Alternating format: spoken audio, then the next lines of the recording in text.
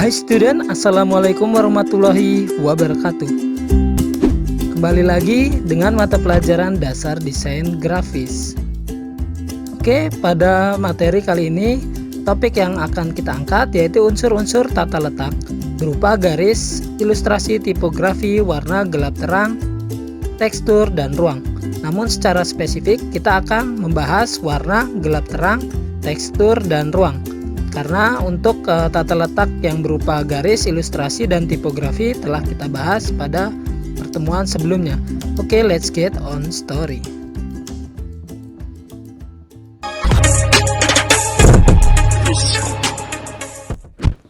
Oke, langsung saja kita masuk ke materi warna. Sebelum kita masuk ke materi, tentu kita harus mengetahui pengertian warna. Apa itu warna? Warna merupakan unsur tata letak yang paling menonjol dalam menarik perhatian bagi yang melihatnya. Sebagai contoh, warna yang mencolok akan menarik perhatian. Nah, dalam kehidupan sehari-hari, kalian pasti sudah sangat mengenal warna. Dan ketika kita masih kecil, pasti warna akan diajarkan terlebih dahulu oleh orang tua kita. Warna terbagi menjadi tiga komponen ya, yang paling utama menurut saya, yaitu warna primer, warna sekunder, dan warna tersier. Untuk warna primer sendiri adalah warna merah, warna kuning, dan warna biru. Untuk warna sekunder, ia adalah campuran dari dua warna primer, yaitu warna orange, warna hijau, dan juga warna ungu. Sedangkan untuk warna tersier adalah hasil pencampuran antara warna primer dan warna sekunder. Sebagai contoh, kuning orange, merah orange, kuning hijau, biru ungu, merah ungu, dan lain-lain. Oke, next. Namun begitu, perlu berhati-hati dalam pemilihan warna untuk tata letak. Karena apabila pemilihan warna kurang tepat, akan menimbulkan kebingungan, kurang terbaca, serta merusak komposisi yang disusun. Sehingga, bagi siapapun yang akan membuat karya desain grafis wajib mengenal warna. Nah, artinya dari uraian yang telah dipaparkan barusan, kita dapat mengambil kesimpulan bahwa warna adalah salah satu unsur tata letak yang paling utama atau yang paling menonjol. Karena suatu desain grafis apabila tidak dibubuhkan suatu warna, maka kurang menarik ya, atau kurang menonjol karya tersebut. Namun begitu juga untuk warna tersebut kita harus secara tepat menempatkannya ya. Karena apabila penempatan warna tersebut tidak tepat, maka yang terjadi adalah suatu karya desain akan kurang terbaca, kurang menarik gitu ya, sehingga akan menimbulkan kebingungan dan juga akan merusak komposisi yang telah disusun. Baik, untuk pembahasan lebih lanjut mengenai warna akan kita bahas pada semester kedua. Di sana nanti akan kita bahas secara lebih detail apa sih warna dan apa saja unsur-unsur yang harus diketahui tentang warna tersebut. Tentunya ada tadi warna primer, sekunder, tersier, analogus, warna kontras, warna netral, warna hangat, warna dingin, dan lain-lain. Kita akan bahas pada semester 2 tentunya. Baik, kita contohkan. Saya akan membuat sebuah bidang lingkaran.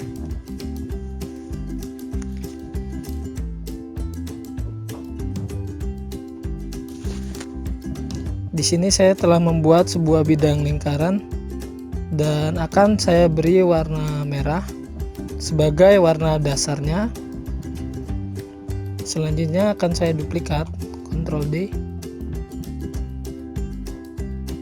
kita beri warna kuning. Kita duplikat kembali, Ctrl D. Dan akan kita beri warna biru. Nah, ketiga bidang lingkaran ini merupakan warna primer. Kita akan memberikan efeknya, efek gelap terang, dengan mengubah intensitas warnanya menggunakan transparansi.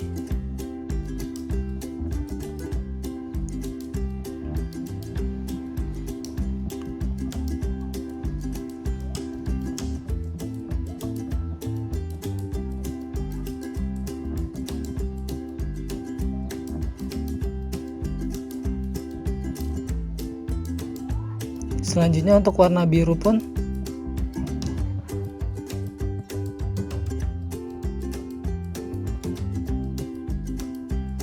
mungkin biru muda saja ya.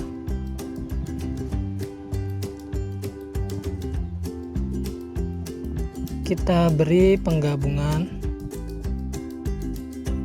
Nah, untuk ketiga lingkaran utama ini, merah, kuning, dan biru adalah warna primer atau warna utama ya. Nah, untuk warna yang ada di lingkaran merah dan kuning, di sini tercipta warna orange. Ini adalah warna sekunder atau warna gabungan antara warna primer.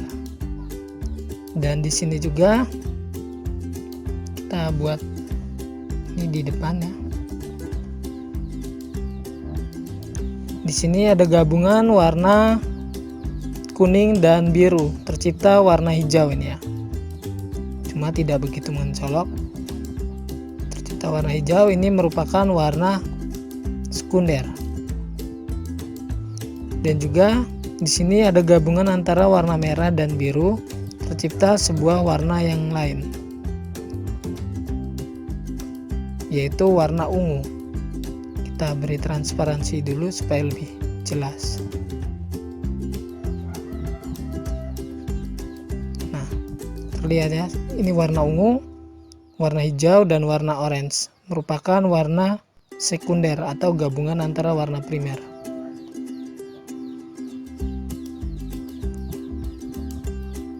Untuk intensitas warna ini, ia masuk ke unsur gelap terang menggunakan intensitas warna. Gelap terang. Nah, gelap terang sendiri ia berfungsi dalam unsur tata letak.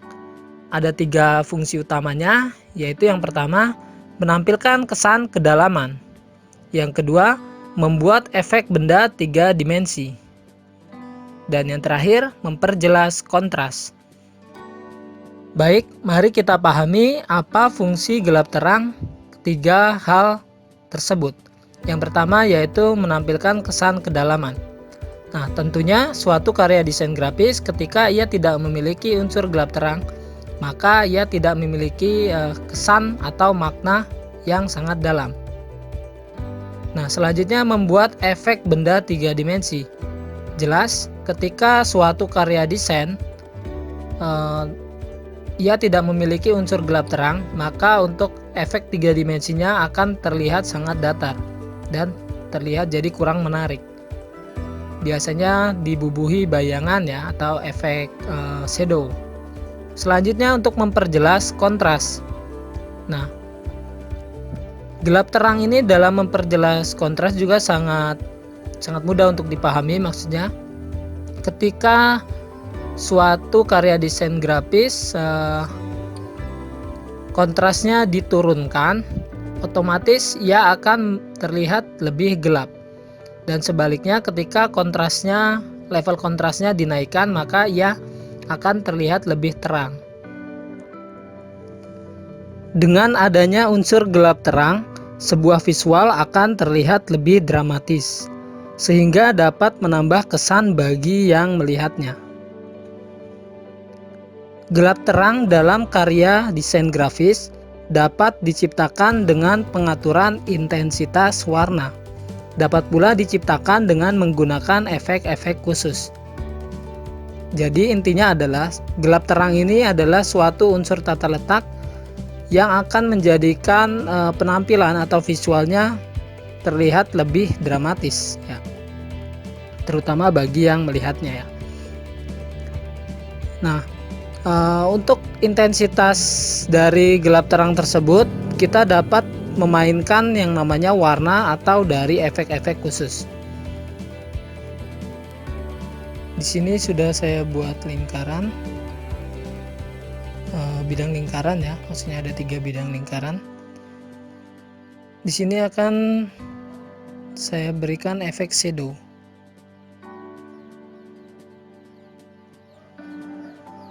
Nah, pada bidang warna merah akan saya berikan efek shadow atau bayangan. Pada bidang warna biru pun sama, akan saya beri efek bayangan.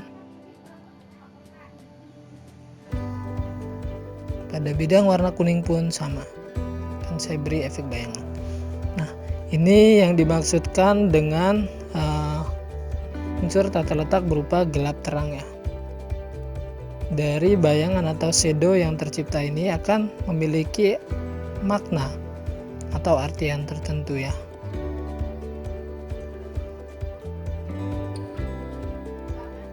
Selanjutnya, selain dari efek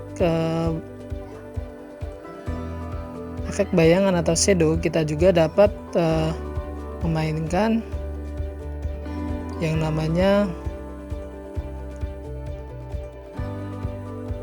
ini ya, transparansi tool. Nah, ini sudah kita pakaikan transparansi tool. Jika kita fullkan seperti ini, maka bidang lingkaran berwarna kuning tidak akan transparan atau tidak akan tembus. Sedangkan jika kita naikkan level intensitasnya, maka dia akan terlihat lebih transparan sehingga tercipta warna hijau, perpotongan antara warna kuning dan biru, tercipta sebuah warna sekunder ya. Dan pada perpotongan warna kuning dan merah akan tercipta warna orange atau jingga, yaitu warna sekunder ya, orange. Nah, ini memainkan yang namanya transparansi tool pada CorelDRAW. Kita bisa menaikkan atau menurunkan level atau intensitas warnanya. Sedangkan untuk intensitas pencahayaan atau shadow atau bayangan kita dapat menggunakan ini tadi, yang namanya drop shadow. Lalu untuk menaikkan intensitas cahaya, kita dapat mengklik salah satu bidang, misalnya di sini bidang berwarna kuning. Saya aktifkan. Kita beri efek edges ya. Di sini brightness atau kontrasnya kita mainkan.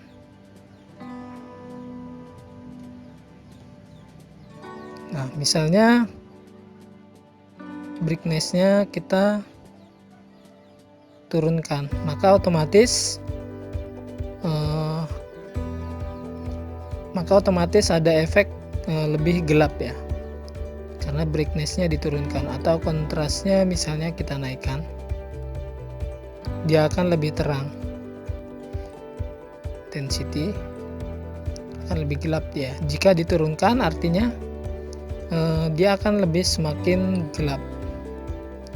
Artinya jika diturunkan, maka efeknya dari pencahayaan gelap terangnya akan semakin gelap itu tadi ya.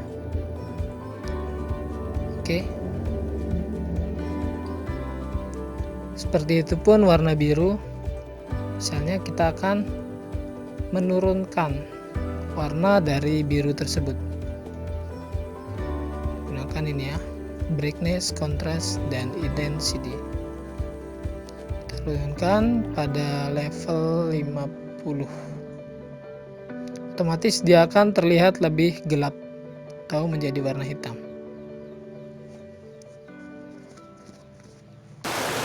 Tekstur. Tekstur merupakan sifat permukaan sebuah benda.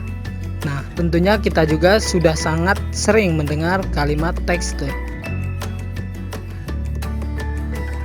Untuk sifat permukaan dapat berkesan halus, kasar, kusam, mengkilap, licin, berpori, dan sebagainya.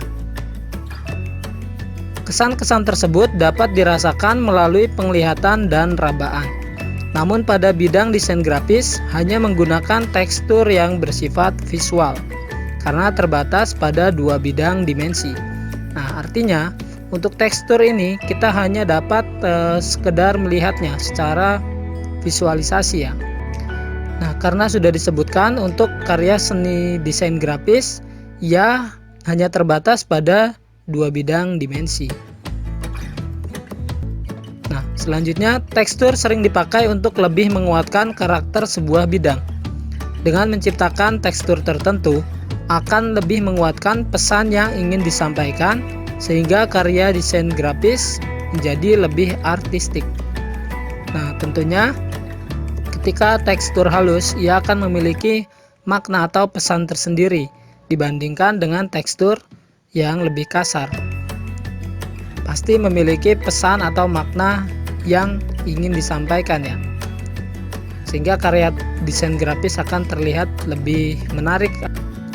Nah, selanjutnya, setiap tekstur membawa karakter tertentu sehingga seorang desainer grafis harus mempertimbangkan dalam pemilihan tekstur supaya sesuai dengan tema.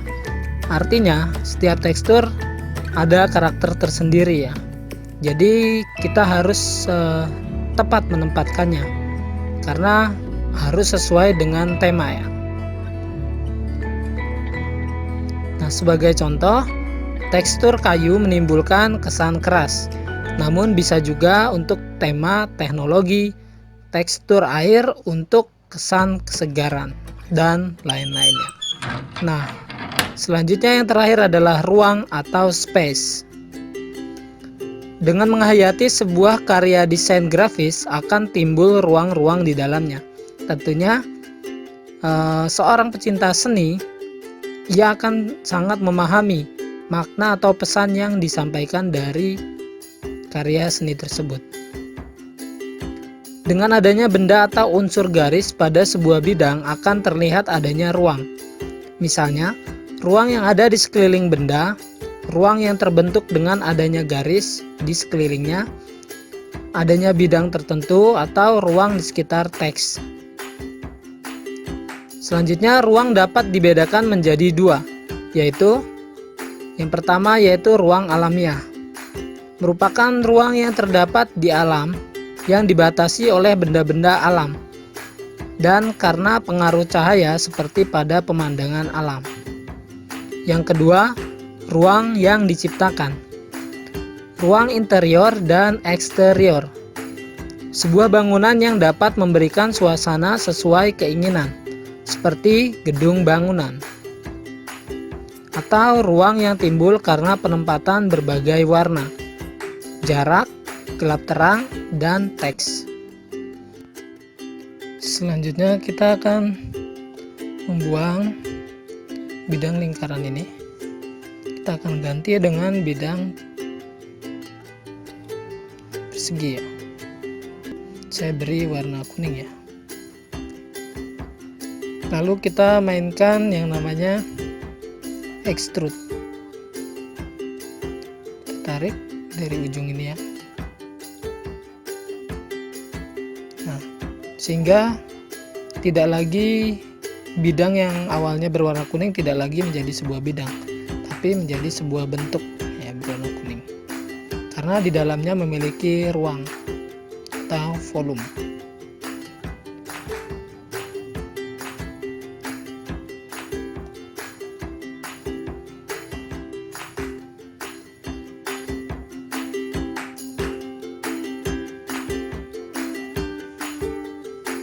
Oke, sampai di sini sudah paham.